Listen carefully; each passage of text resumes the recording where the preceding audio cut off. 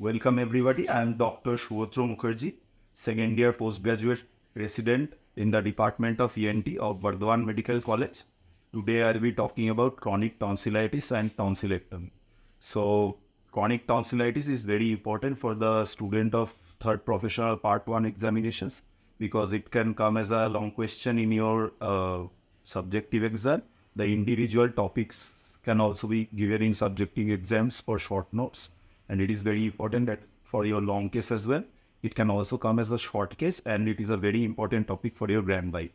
So going directly into the topic, the headings I'll be talking about today are chronic tonsillitis, so pathophysiology and diagnosis, the types of chronic tonsillitis, the clinical grading of chronic tonsillitis, and then under tonsillectomy, the subtopics will be indications, contraindications, anesthesia, position, the steps of tonsillectomy. I'll be speaking about the types of tonsillectomy in a bit under steps only, the post-operative care, complications, and since hemorrhage is a very important complication of tonsillectomy, so the management of hemorrhage will be discussed separately. Chronic tonsillitis, basically in the UG level, we primarily talk about the tonsillitis of the palatine tonsils. As we know, the palatine tonsils form an important part of the Waldear's ring. So in your level, chronic tonsillitis would mainly mean the inflammation of the palatine tonsils. So most commonly is discussing pathophysiology. Chronic tonsillitis most commonly occurs as a complication of acute tonsillitis, and usually when the tonsillar infection or inflammation is persisted for more than 3 months, we can label it as chronic tonsillitis. So the mechanism, so basically the pathophysiology, how does chronic tonsillitis develop? So any tonsillar tissue is basically a lymphoid tissue. So it will look somewhat like this, and there are many crypts. So what are the crypts? They are basically gaps in the tonsillar lymphoid tissue. So the commonest cause of chronic tonsillitis is when these gaps get blocked by pus or mucus, whatever they may be, which are formed due to recurrent attacks of tonsillitis. So when these crypts get blocked, so inside the crypts there is a collection of debris, infective material, pus, anything. So with collection of this, the whole tonsil gets larger in size. So this is the basic pathophysiology of chronic tonsillitis. Coming to the diagnosis of chronic tonsillitis is mainly diagnosed clinically. So I'll be discussing the symptoms and signs together according to their importance. So the first important thing, that is the flushing of the anterior pillars, and then comes the second most important, which you should be knowing pretty well, is the Irving Moore sign. So what is the Irving Moore sign? When we press the anterior pillars, a small amount of yellowish pus or cheesy material may come out from the crypts of the tonsil, and that is when we call it an Irving Moore sign positive, and is very important for the diagnosis of chronic tonsillitis. Now the other symptoms and signs that are commonly encountered are recurrent attacks of sore throat. There may be a chronic irritation in the throat, and if the tonsils are enlarged enough, the patient may even present with severe dysphagia or even choking effect, that is a mild difficulty in breathing may also be present. Coming to the types of chronic tonsillitis, so there are basically 3 types: chronic follicular tonsillitis, chronic parenchymatous tonsillitis,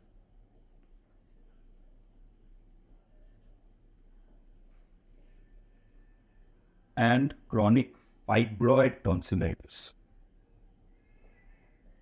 Now, I'll be talking about them individually in very brief because this part of the chronic tonsillitis topic is not so important and you won't encounter as many questions from this part. So what is follicular tonsillitis? This is basically when the ribs are getting blocked.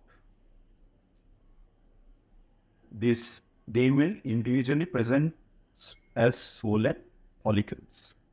So you'll be able to see in the tonsillar tissue small dots like follicles. So this is chronic follicular tonsillitis. Then coming to parenchymatous tonsillitis. So the basic pathophysiology is again same. So after blockage of the ribs, the inflammation of the tonsillar tissue proper, which is basically the parenchyma of the tonsil, the whole of the tonsil will get enlarged. So this is the type of chronic tonsillitis which more commonly presents with difficulty in deglutition and difficulty in breathing and may form a part of the obstructive sleep apnea syndrome. Then coming to the chronic fibroid tonsillitis. As we know, in chronic inflammation, long-term chronic inflammation can result in fibrosis of tissue. So this only happens when there is fibrosis, recurrent attacks of tonsillitis causing fibrosis of the tissue. So in that case, the tonsillar tissue after inflammation will get fibrosed and it will basically, because of the fibrosis, contract and will be smaller in size. And they may even shrink behind the anterior pillars, but it is still an indication for tonsillectomy because the patient may present with recurrent attacks of sore throat. Now coming to the grades of chronic tonsillitis. So it is done clinically and the scoring system that we follow is Friedman scoring system. Under Friedman scoring system, there are 5 types: grade 0, 1, 2, 3, and 4. So what is a grade 0 tonsil? It is basically the absence of tonsils or basically after tonsillectomy operation. That is what we term as grade 0 tonsils.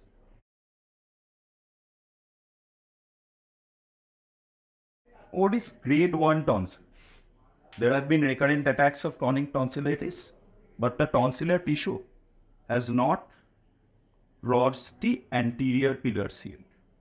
So they are visible, but they have not crossed the anterior pillars. And the features of chronic tonsillitis must be associated.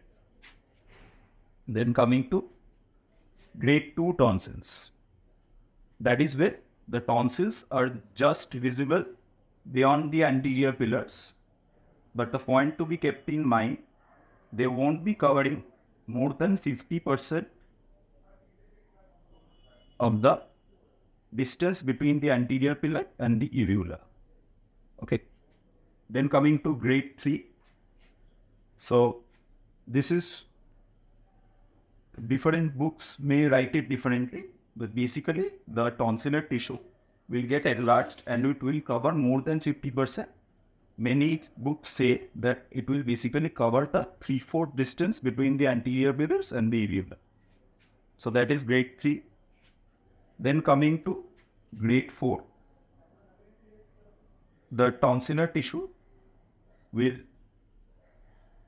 touch the uvula and they may touch each other as well, a term which we call kissing tonsils. So this is the grading which will cause most amount of dysphagia and difficulty in breathing. So coming to the tonsillectomy, the first heading that I will be talking about is indications. So in indications, the indications are divided into 3: absolute, relative, and as part of another surgery. So coming to the absolute indications, the first most important point is recurrent attacks of tonsillitis. So there are 2 criteria that we use to stamp a case as recurrent attacks of chronic tonsillitis. So the first of all, the Paradise criteria.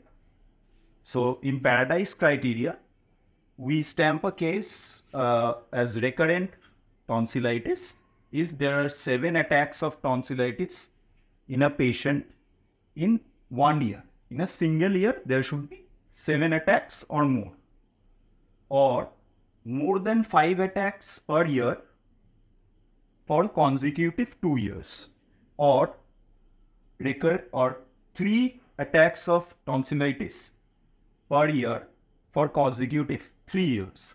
So any one of these criteria have to be present to stamp a case as recurrent tonsillitis. Now the drawback of the Paradise criteria was that recurrent attack of sore throat, it basically mentions recurrent attack of sore throat. Now the recurrent attack of sore throat might not be due to tonsillitis itself.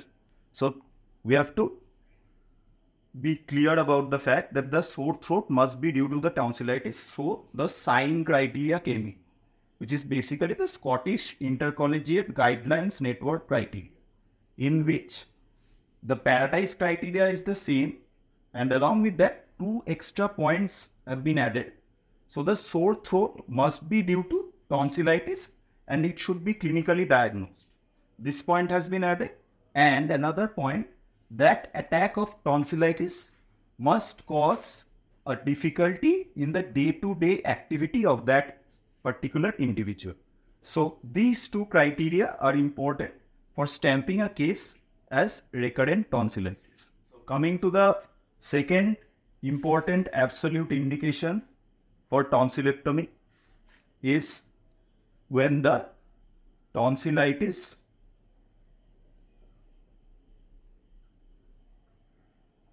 has resulted in a peritonsillar abscess.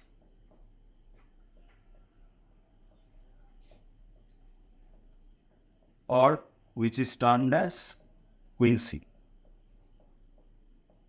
Now, the important point that should be remembered here, a single attack in adult is not an absolute indication for for tonsillectomy. So in adults, which we consider greater than 12 years of age, at least 2 attacks or more of peritonsillar abscess are needed to make it an absolute indication for tonsillectomy. However, in children, so basically less than 12 years of age, it is a single attack. A single attack will be an absolute indication for tonsillectomy. Coming to the third absolute indication of tonsillectomy is when tonsillitis is associated with febrile seizures.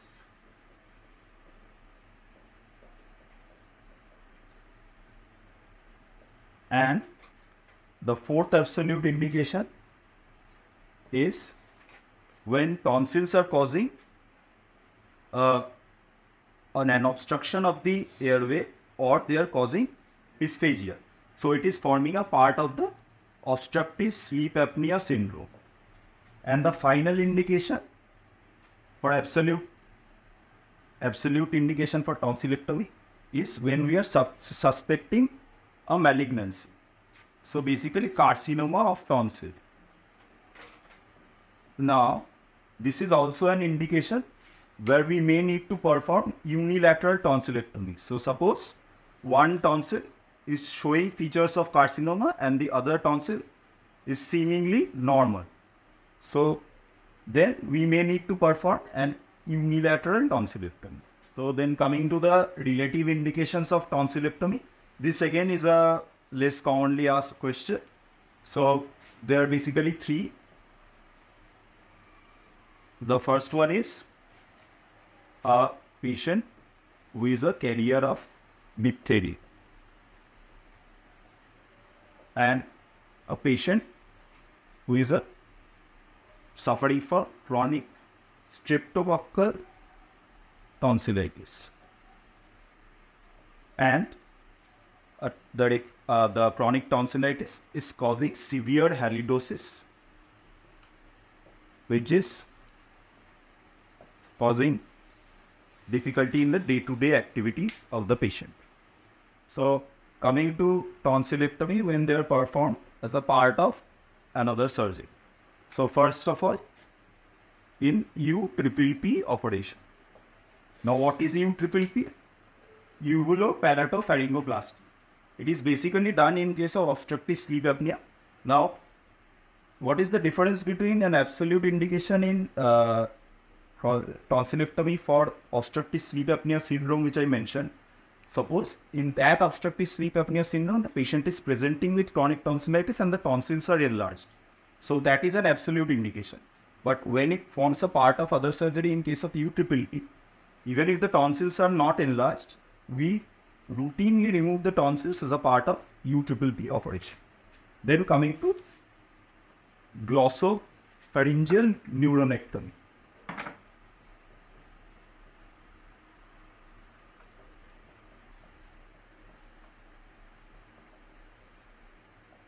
It is done in case of glossopharyngeal neuralgia, and if we have studied the anatomy of the palatine tonsils really well, we'll be knowing that the glossopharyngeal nerve is an important structure in the tonsillar bed.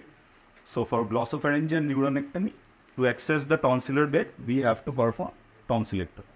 And then the third indication is Eagle's syndrome.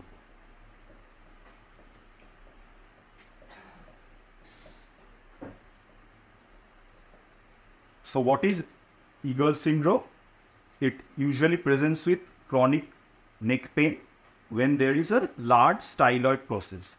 So for that, to access the styloid process, then we again have to access the tonsillar bed to reduce the size of the styloid process. So if it is the styloid process is larger in size in only one side, then this also forms an important indication for unilateral tonsillectomy. If you are asked the question about indications of unilateral tonsillectomy, so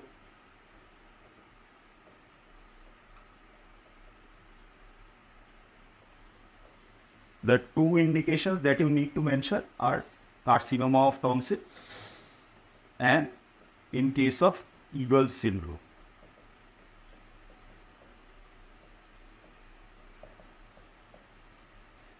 So then coming to the contraindications of tonsillectomy. So I'll basically be explaining the contraindications with the help of a mnemonic. The mnemonic is A, B, C, D, and D. So what is A? A stands for anemia. Because as we know, an important complication of tonsillectomy is hemorrhage. So in a patient who has anemia, we will be expecting blood loss. So the hemoglobin might reduce a lot. So in anemia, which is basically less than 10 gram of hemoglobin, we can consider it to be a relative contraindication. Then coming to bleeding diathesis.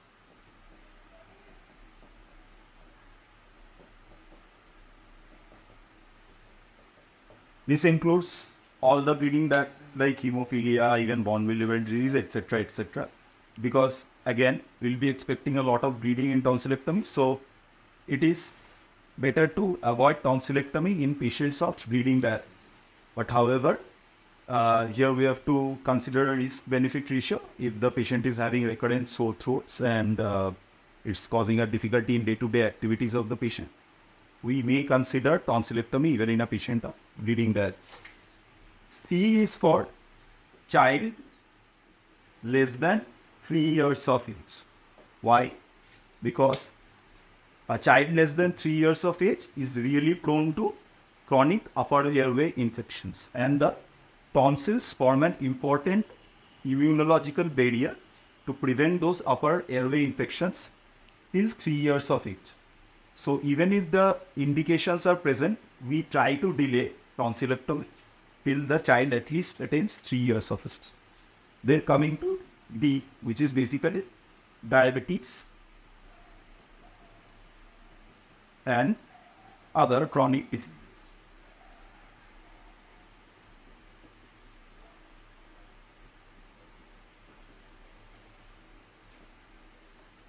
This again, I'll say relative contraindications why we try to avoid tonsillectomy in these patients, because again there will be more bleeding in chronic diseases and there will be a longer time in healing of the bed post-tonsillectomy. And lastly, E stands for an epidemic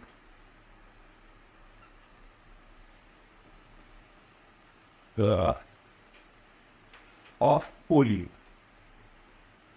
which is also very rare to encounter nowadays because we consider polio to be eradicated in India. So this is also very rare. However, in case of an epidemic of polio, we need to have a tonsillectomy. Coming to the anesthesia and the position in which we perform tonsillectomy. So tonsillectomy is done under general anesthesia. Certain books mention that tonsillectomy may be performed under local anesthesia in adults, but it is better to avoid that answer because certain examiners may not like that answer. Then coming to the position. So tonsillectomy is done in rose position. So what are the important features of rose position? It is when we place a sandbag below the shoulder blades so that, and there is extension of the neck. So extension of the neck would mean extension of the cervicothoracic region and the atlantoaxial joint. Then coming to an important lead question that is very commonly asked, position and complications. So a complication which is related to the rose position is subluxation of the atlantoaxial joint, which is called Grizzle's syndrome. Then coming to the steps of tonsillectomy. Now the steps of tonsillectomy would be better explained with a video representation. So I'll try to set up another video where I'll be explaining the steps better.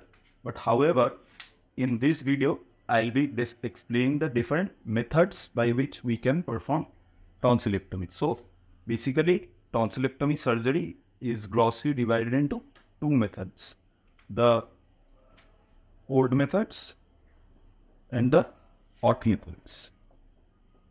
So as the name suggests, in cold methods, we won't be using any heat, and in hot methods, which we'll be using electrosurgical techniques, so they will produce heat.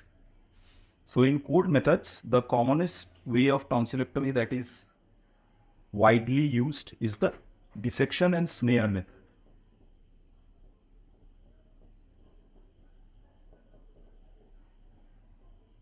Now, for the undergraduate level, this is the important type of tonsillectomy whose steps you need to know properly. Then comes the guillotine method, which is obsolete nowadays because it causes severe bleeding. The newer advanced cold methods are the microdebrider, basically tonsillectomy using microdebrider.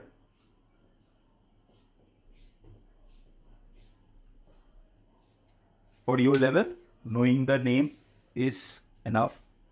And harmonic scalpel, which basically uses ultrasound. And the most advanced method, which is widely used nowadays, and it also causes a relatively painless post-operative phase, is the coablation tonsillectomy.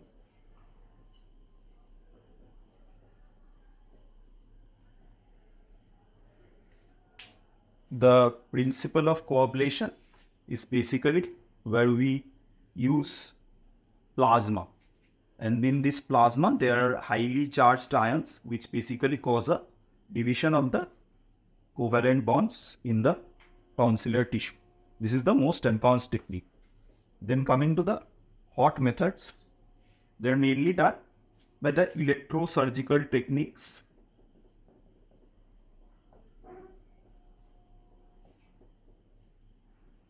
Primarily the diathermy. Now, the diathermy which we commonly use is bipolar. Bipolar is preferred in case of tonsillectomy. We can also use monopolar, but monopolar is better avoided because monopolar causes huge amount of post-operative fibrosis and there is larger amount of pain. Then coming to the post-operative care of tonsillectomy. Now the important thing about post-operative care is immediate post-operatively we might need to place the patient in coma position, which is basically a left lateral position to avoid aspiration if there is immediate post-operative bleeding. So the coma position. Then the diet. What is the important thing about the diet? The diet, at least in the first day, I would prefer a semi-solid diet, which is cold, like ice cream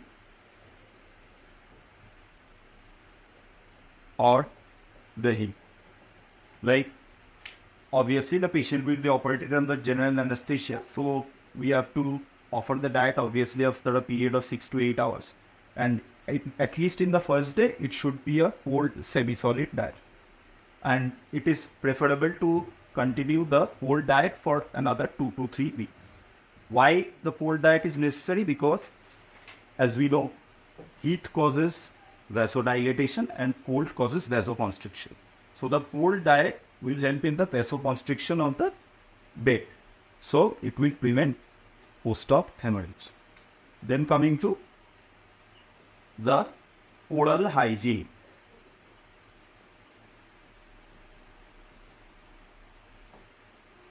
It is important to start gargling with antiseptic solutions. The most commonly preferred antiseptic solution is povidone iodine. And again, the povidone iodine gargling should be done at least 3 to 4 times a day, and it is preferable to start from the next morning of the operation, because starting gargling on the same day of the operation may again increase the risk of post-operative hemorrhage. There, obviously, there will be huge amount of pain, so proper analgesic therapy, and to prevent secondary hemorrhage, proper antibiotics. Then going on to the complications of tonsillectomy. Now, the complications may be grossly divided into 2 parts. They are the immediate complications and the delayed complications. Now, the most important complication of tonsillectomy, as I said before, is hemorrhage. So, hemorrhage, I'll first describe hemorrhage in details, and the 2 types of hemorrhage form an immediate complication, and the final type of hemorrhage is a delayed complication. So then again, I'll classify the other complications as immediate and delayed. Initially, let me explain the hemorrhage in details. Coming to the hemorrhage in post-tonsillectomy period. So basically, hemorrhage in post-tonsillectomy period is of 3 types. Primary hemorrhage, reactionary hemorrhage, and secondary hemorrhage. Now these 2 are immediate complications, and this is a delayed complication. So, primary and reactionary. What is primary hemorrhage and what is reactionary hemorrhage? So, primary hemorrhage is the hemorrhage which offers during surgery. So, on the surgery table, and a trick question which is commonly asked, suppose the patient of post-tonsillectomy is in the post-op recovery room. Any hemorrhage occurring in that room will also be included under primary hemorrhage. So, it is bleeding during surgery plus bleeding in the post-op room. They're very free. Then coming to reactionary hemorrhage.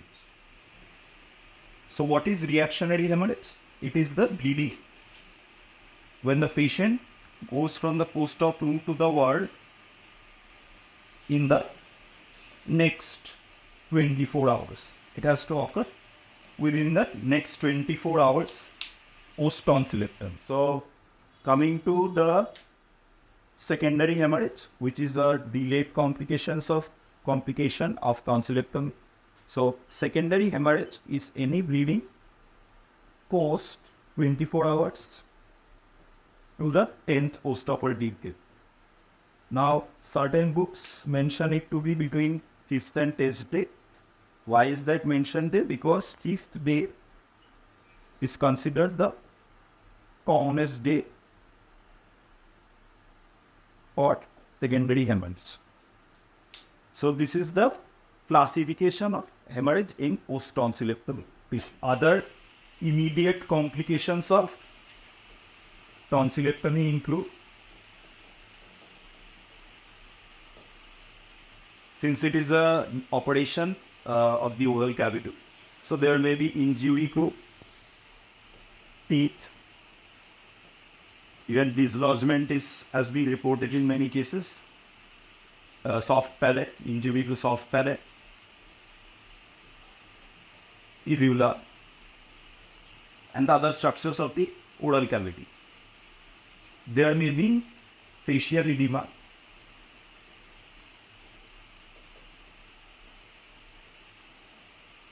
and injury to the structures of the tonsillar bed. For example, if there is injury to the superior constrictor muscle, it may cause a surgical emphysing.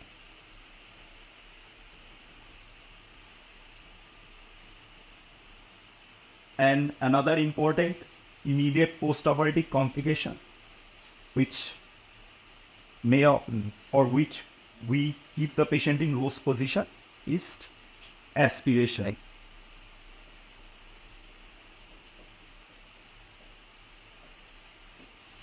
So that is why it is also important to place the patient in a coma position post-operatively. So aspiration of blood is also an immediate post-operative complication of tonsillectomy. So coming to the other delayed complications of tonsillectomy.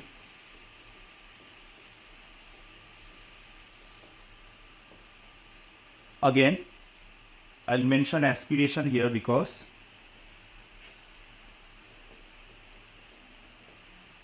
a small amount of aspiration which may not be noticed or may be missed during the immediate post-operative period may cause a lower respiratory tract infection delay, which will ultimately cause lung complications.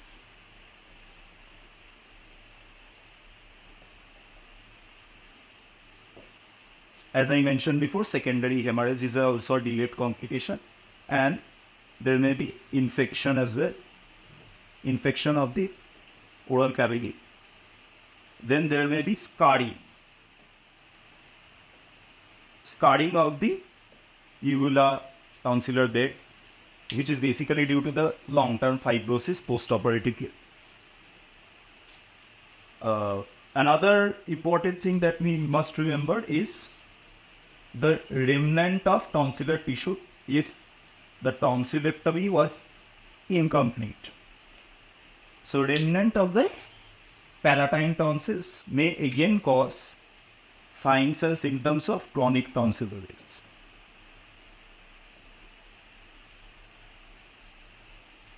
And another compensatory hypertrophy that may occur of the lingual tonsils.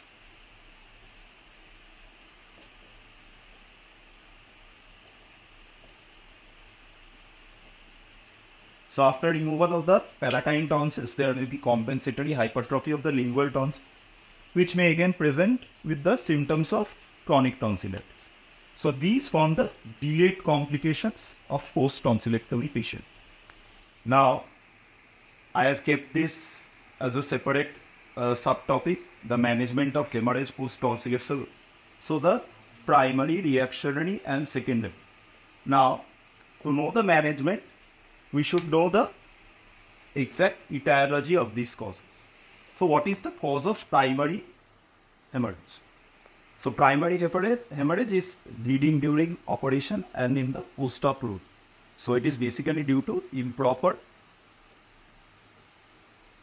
ligation of vessels in the tonsillar bed.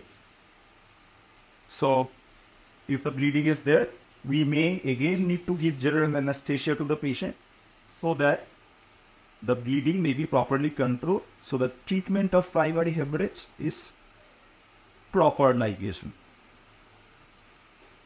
under general anesthesia. Now, in severe cases of primary hemorrhage, even in cold method, we may need to use diathermy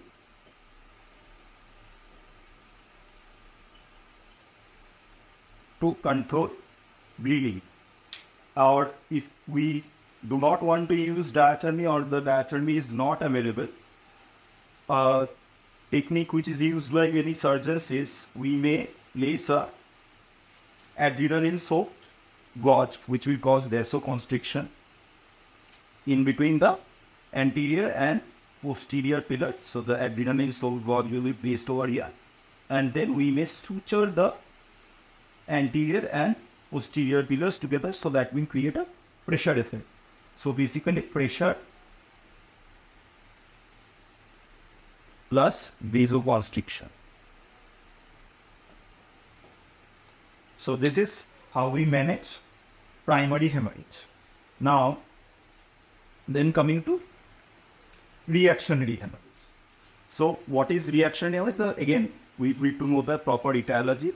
So it is in the dissection and snare method, it is slippage of ligature.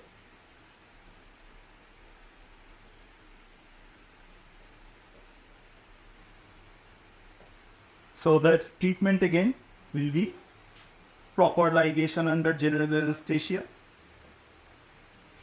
and we may need to use these methods as well if there is severe reactionary hemorrhage. Again, remember, reactionary hemorrhage is any hemorrhage which is occurring after the patient is shifted to the ward within 24 hours. Now, secondary hemorrhage is any hemorrhage occurring after 24 hours till the 10th post-operative day, and it commonly occurs in the 5th day. So what is the etiology of secondary hemorrhage? It is most commonly due to an infection.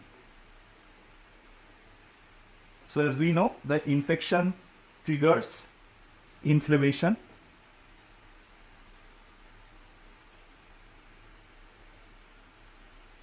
and it causes vasodilatation.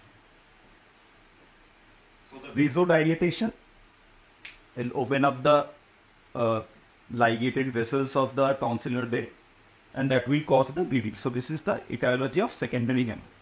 So the proper treatment would be proper antibiotics to control infection,